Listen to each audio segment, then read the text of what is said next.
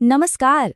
तो कल से 10वीं और 12वीं के बोर्ड एग्जाम्स शुरू हो रहे हैं और इस इतने बड़े दिन से ठीक पहले हम सब यहाँ एक साथ हैं। चलिए इस बारे में थोड़ी बात करते हैं। बीएस सर के इन शब्दों में बताए आज की हमारी पूरी बातचीत का निचोड़ है। मतलब ये चर्चा सिर्फ पढ़ाई के बारे में नहीं है, बल्कि उस आत्मविश्वास को मजबूत करने के बारे में है जो एग्जाम हॉल में हमारा सबसे बड़ा साथी होने वाला है। देखिए, किसी भी बड़ी लड़ाई की तैयारी वो एक दिन में तो होती नहीं है। उसकी नींव महीनों पहले रखी जाती है।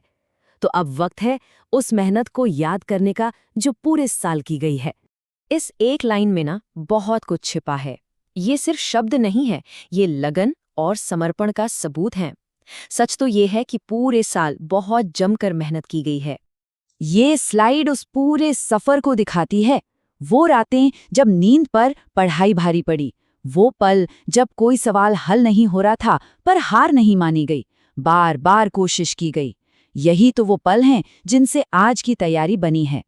कई बार ऐसा लगा होगा कि मैथ्स मुश्किल है ना? लेकिन बीएस सर की ये बात बहुत शानदार तरीके से ये दिखाती है कि असल में मायने क्या रखता है। प्रॉब्लम सब्जेक्ट में नहीं बल्कि उसे हल करने के तरीके में होती है। और सबसे जरूरी बात यही है, पूरे साल की मेहनत के बाद अब वो तरीका जाना पहचाना लगता है। उसे सीखा गया है, प्रैक्टिस किया गया है और अब उस पर पकड़ भी है। इस बात पर पूरा भरोसा रखना है। चलिए अब आगे बढ़ते हैं और देखते हैं कि एग्जाम से ठीक पहले के इन आखिरी घंटों का सबसे अच्छा इस्तेमाल कैसे किया जाए। देखिए, अब कुछ नया सीखने का टाइम नहीं है, बल्कि जो सीखा है उसे संभालने का टाइम है।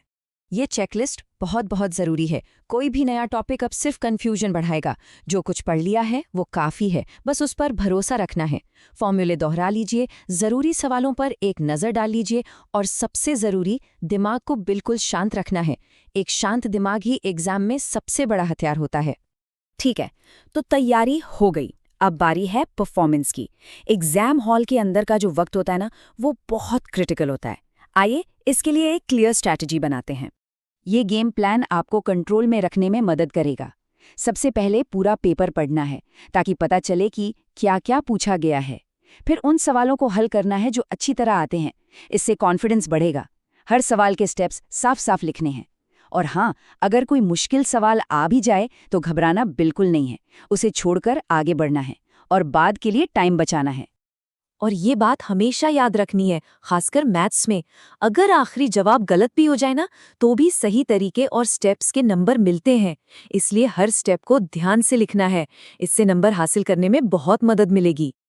अब बात करते हैं सबसे जरूरी चीज की, नजरिए की, यानी कि पर्सपेक्टिव की। देखिए, सफलता का असली मंत्र सिर्फ सवालों को हल करना नहीं है, बल्कि सही सोच रखना है। इस बात को मन में एकदम बैठा लेना है। बोर्ड एग्जाम जिंदगी का अंत नहीं है, ये बस एक पड़ाव है, एक मील का पत्थर। असली काबिलियत सिर्फ इन नंबरों से कहीं ज्यादा होती है। तो फिर सबसे बड़ी ताकत क्या है? किताबें? नोट्स? नहीं, खुद पर विश्वास।